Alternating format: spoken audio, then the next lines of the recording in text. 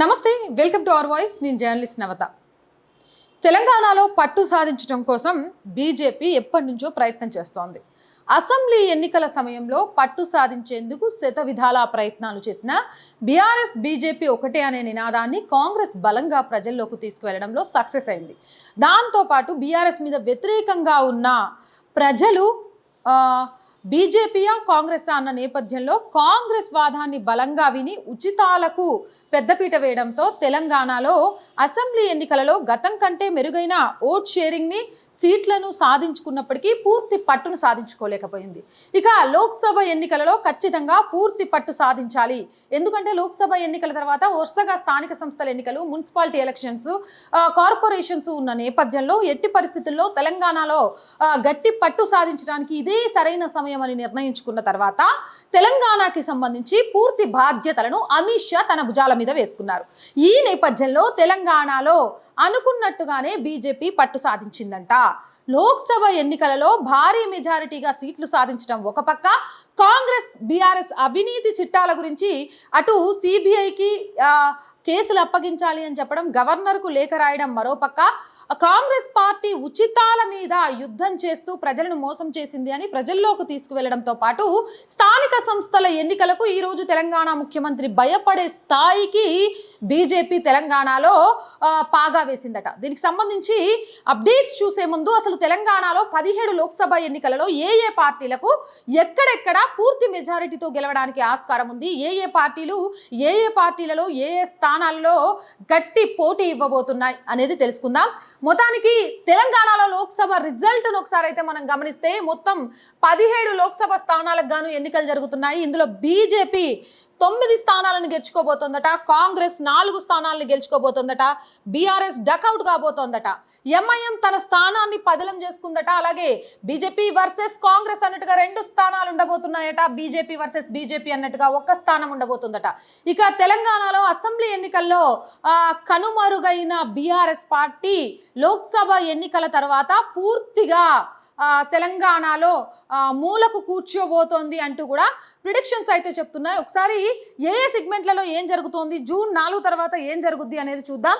ఇక సికింద్రాబాద్ సెగ్మెంట్కి వస్తే కిషన్ రెడ్డి, దానం నాగేందర్, పద్మారావు గౌడ్ ముగ్గురు కూడా బరిలో ఉన్నారు. ఈ నేపథ్యంలో సికింద్రాబాద్ సిట్టింగ్ ఎంపీ కిషన్ రెడ్డి, అలాగే తెలంగాణ బీజేపీ రాష్ట్ర అధ్యక్షుడు, సెంట్రల్ మినిస్టర్.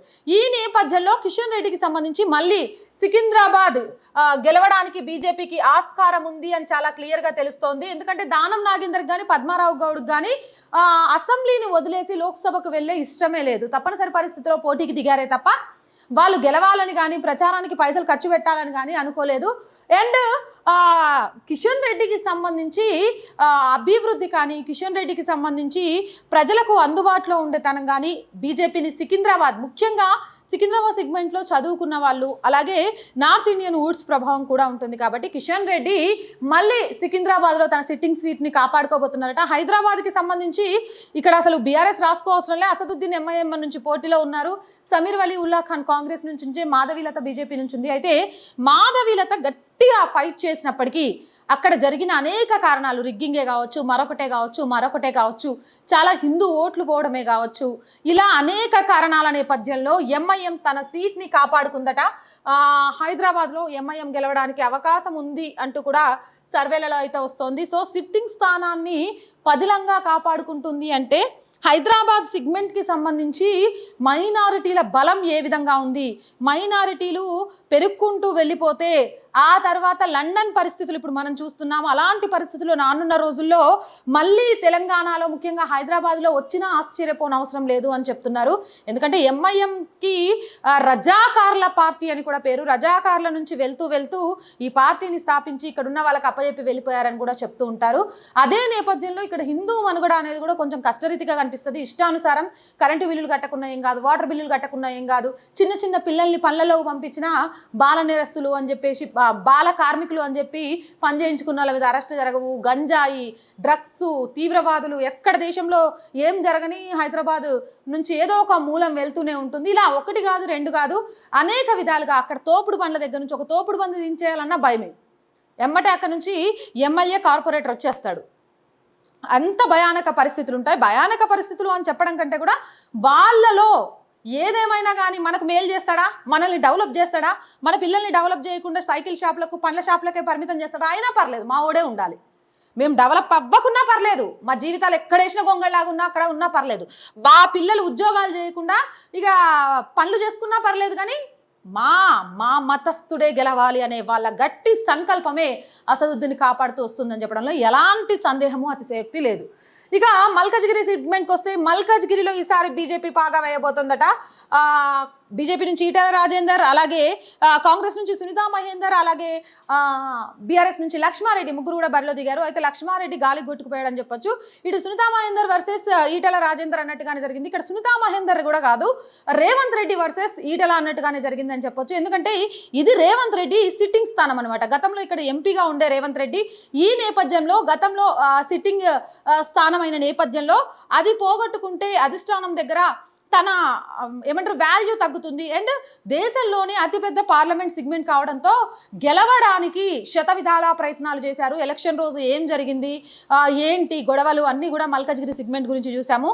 అయినా కానీ ఈటలను ఈసారి ఖచ్చితంగా గెలిపించుకోవాల్సిన బాధ్యత ఉంది అంటూ బీజేపీ కార్యకర్తలు అనుకోవడంతో పాటు ఒక ఉద్యమకారుడిగా బీజేపీకి ఉన్న గుర్తింపు, అటు హుజూరాబాద్లో పాడి కౌశిక్ రెడ్డి బ్లాక్మెయిలింగ్ రాజకీయాలు, చంపుకుంటారో బతికించుంటారో అని ఆయన చావడంతో కాక కుటుంబాన్ని చంపుకుంటారా, శవయాత్ర చేస్తారా, విజయోత్సవ యాత్ర చేస్తారా అంటూ బ్లాక్ మెయిలింగ్ రాజకీయాల నేపథ్యంలో హుజూరాబాద్ ప్రజలకు ఈటెల రాజేందర్ దూరం అయ్యాడు. ప్రజలు చివరి నిమిషంలో ఎమోషనల్ అయ్యి పాడి కౌశిక్ రెడ్డిని గెలిపించాడు అనేది కూడా మల్కజ్గిరిలో ఫుల్ వర్కౌట్ అయిందని చెప్పొచ్చు. సో మల్కజ్గిరి కూడా యునానిమస్గా బీజేపీ ఖాతాలో పడబోతుంది. ఇక చేవెళ్ల నుంచి బీజేపీ నుంచి కొండా విశ్వేశ్వర్ రెడ్డి, కాంగ్రెస్ నుంచి రంజిత్ రెడ్డి, అలాగే బీఆర్ఎస్ నుంచి కాసాని బరిలో ఉన్నాయి. ఇక్కడ కూడా అంతే, కాసాని చాలా సెగ్మెంట్లలో బీఆర్ఎస్ అంతా డమ్మీ క్యాండిడేట్స్ అనుకోవచ్చు, ఎందుకంటే వాళ్ళకు డిపాజిట్లు కూడా వస్తాయో రాదో తెలియని పరిస్థితి.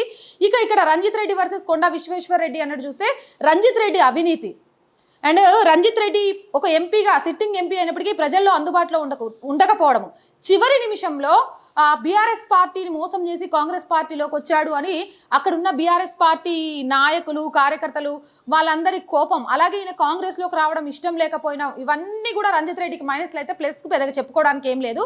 ఇక కొండ విశ్వేశ్వర రెడ్డికి వస్తే మోదీ చరిష్మా, చేవెళ్ళ కూడా ఇటు షేర్లింగంపల్లి, శంషాబాద్ ఇవన్నీ తీసుకుంటే కూడా కొంత చదువుకున్న వాళ్ళు, యువత, మోడీ ప్రభావం ఎక్కువగా ఉంది. దాంతోపాటు ప్రజలకు అందుబాటులో ఉండే ఒక నేత, సౌమ్యుడు, అపోలో ద్వారా అనేక మందికి సేవలు అందించిన వాళ్ళు, ఇలా అనేక మంచి పేర్లు, ఎవరిని కూడా మాట తూలి మాట్లాడు, ఎవరితో అనవసరమైన గొడవలకు వెళ్ళడు, అవినీతి చేయడు, ఇలాంటి అనేక కారణాల నేపథ్యంలో బీజేపీ ఈసారి చేవెళ్లలో పాగా వేయబోతున్నట్టుగా తెలుస్తోంది. ఇక మెదక్ సెగ్మెంట్కి వస్తే మనం హైదరాబాద్ చుట్టుపక్కల చూసుకుంటే ఒక ఎంఐఎం స్థానం తప్ప మిగిలిన 3 స్థానాల్లో కూడా బీజేపీ విజయకేతనం ఎగరవేయబోయింది.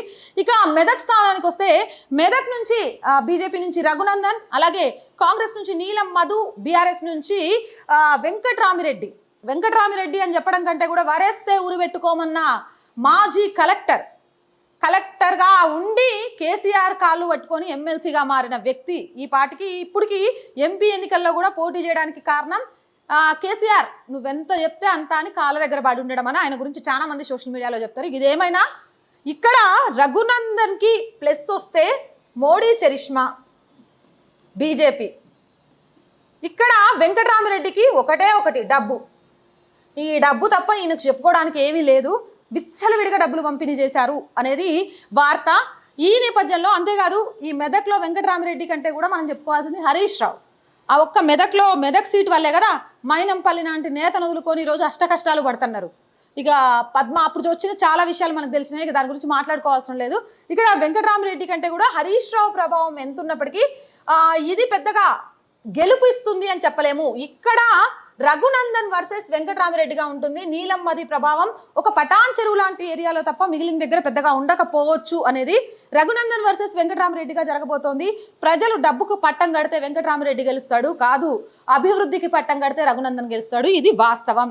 ఒకే ఒక్క సెగ్మెంట్లో 17 స్థానాల్లో బీఆర్ఎస్ గట్టి పోటీ ఇస్తుంది. ఎక్కడ అంటే మెదక్లో, అది కూడా హరీష్ రావు, కేసీఆర్, కేటీఆర్ తమ మెదక్ అంటే సిద్దిపేట కానీ ఇవన్నీ తమకు సంబంధించిన స్థానాలు, ఫస్ట్ నుంచి కూడా ఈ స్థానాలను వదులుకోవడానికి ఇష్టపడరు కాబట్టి గట్టి పట్టు కోసం విచ్చలవిడి డబ్బు పంపిణీ అనేది మెదక్లో బీఆర్ఎస్ పోటీ ఇవ్వడానికి కారణమైంది అంటూ సోషల్ మీడియాలో అనేక వార్తలు చూసాం. ఏదేమైనా కానీ మెదక్ ఒక్క సెగ్మెంట్లలో ఈ 17లలో బీఆర్ఎస్ పోటీ ఇస్తుందట. రఘునందన్ వర్సెస్ వెంకటరామరెడ్డిగా జరగబోతోందట. ఇక ఇక్కడ బీజేపీ వర్సెస్ బీఆర్ఎస్.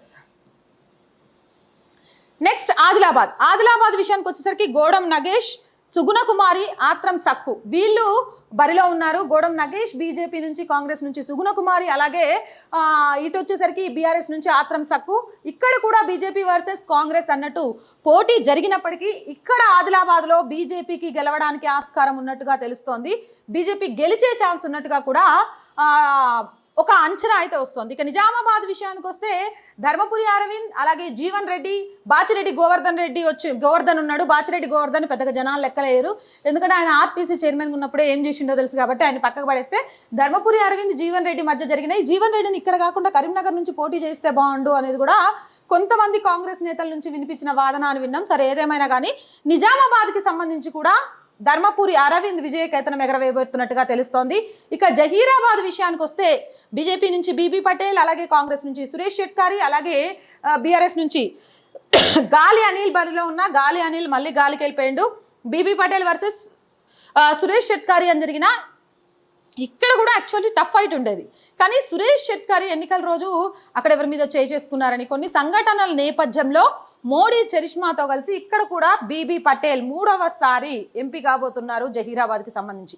ఇక పెద్దపల్లి విషయానికి వస్తే బీజేపీ నుంచి గోమాస శ్రీనివాస్, అలాగే కాంగ్రెస్ నుంచి గడ్డం వంశీకృష్ణ, అలాగే బీఆర్ఎస్ నుంచి కొప్పుల ఈశ్వర్ బరిలో ఉన్నారు. ఇక్కడ గోమాస శ్రీనివాస్ అంటే మోడీ చరిష్మా ఎంతున్నా అభ్యర్థిని కూడా కొంత చూస్తారు కదా, ప్రచారంలో కానీ మిగిలిన వాటితో కానీ మిగిలిన అభ్యర్థులతో పోల్చుకుంటే గోమాస శ్రీనివాస్ ఖచ్చితంగా బీజేపీ తరపు నుంచి వెనకబడ్డాడనే చెప్పొచ్చు.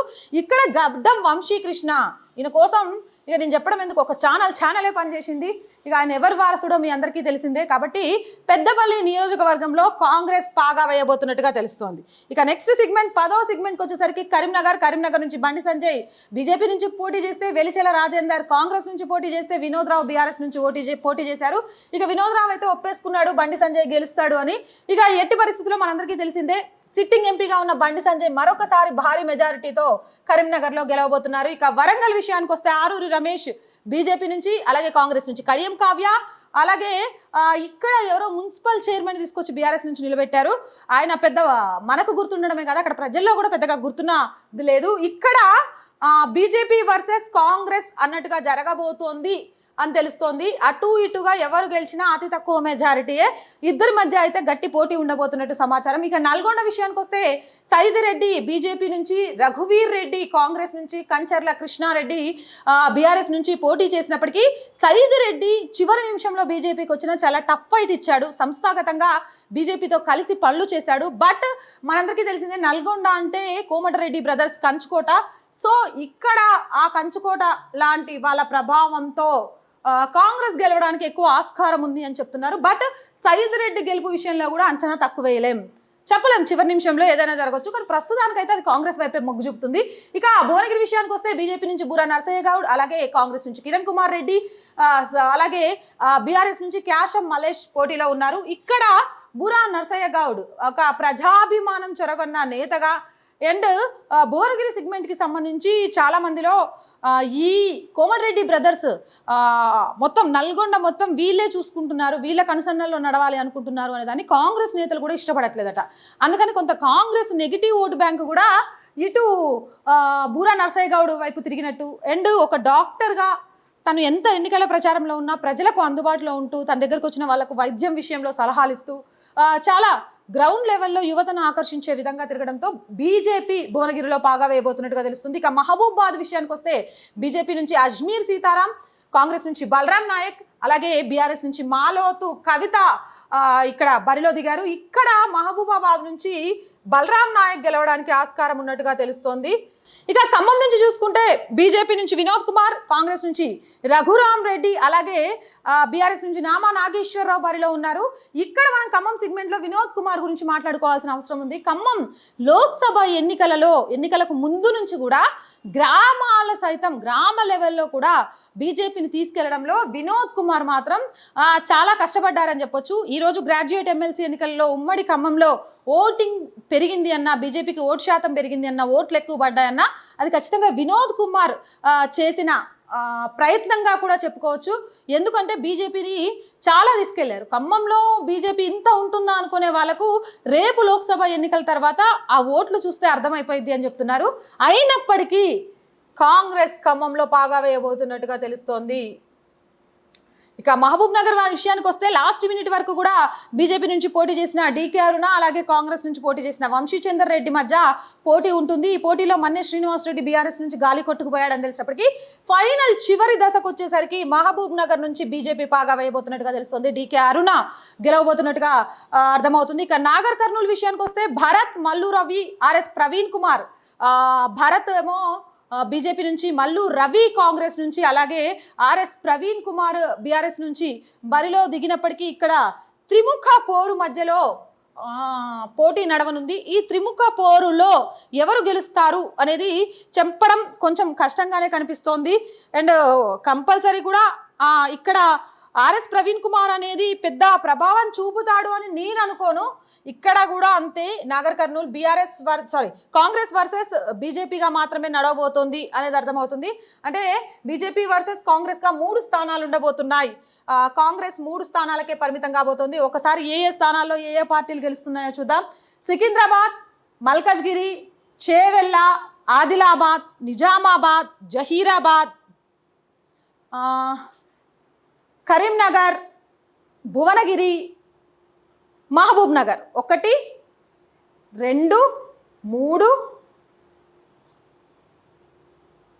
4, 5, 6, 7, 8, 9 చెప్పా కదా నేను. 9 స్థానాల్లో యునానిమస్గా బీజేపీ గెలవబోతోంది. ఇక కాంగ్రెస్ స్థానాలకు వచ్చేసరికి ఒకసారి చెక్ చేసుకుందాం. పెద్దపల్లి 1, నల్గొండ 2, మహబూబాబాద్ 3, ఖమ్మం 4 స్థానాల్లో గెలవబోతోంది. యాజ్ ఇట్ ఈజ్ మనం అనుకున్నట్టుగా బీఆర్ఎస్ 0. ఇక బీజేపీ వర్సెస్ బీఆర్ఎస్గా మెదక్ ఉండబోతోంది. ఎంఐఎం స్థానం ఎంఐఎంకు ఉంది. ఇక బీజేపీ వర్సెస్ కాంగ్రెస్ ఎక్కడెక్కడ ఉండబోతుంది అంటే వరంగల్ 1, నాగర్ కర్నూలు 1, 2 స్థానాల్లో ఉండబోతోంది. ఈ 2 స్థానాలను కనుక బీజేపీ తన ఖాతాలో వేసుకుంటే 9+2 ప్లస్ బీజేపీ వర్సెస్ బీఆర్ఎస్గా ఉన్న మెదక్ స్థానాన్ని కూడా వేసుకుంటే 12 స్థానాల్లో బీజేపీ గెలవబోతుంది. ఇక కాంగ్రెస్ విషయానికి చూస్తే 4 స్థానాలు కాక ఇవి 2 ఒకవేళ గెలిచినా కూడా 6 స్థానాలకే పరిమితం అవుతుంది. ఇక బీఆర్ఎస్ అనుకున్నట్టుగా డబ్బు ప్రభావం చూపగలిగితే 1 స్థానానికే పరిమితం అవుతుంది.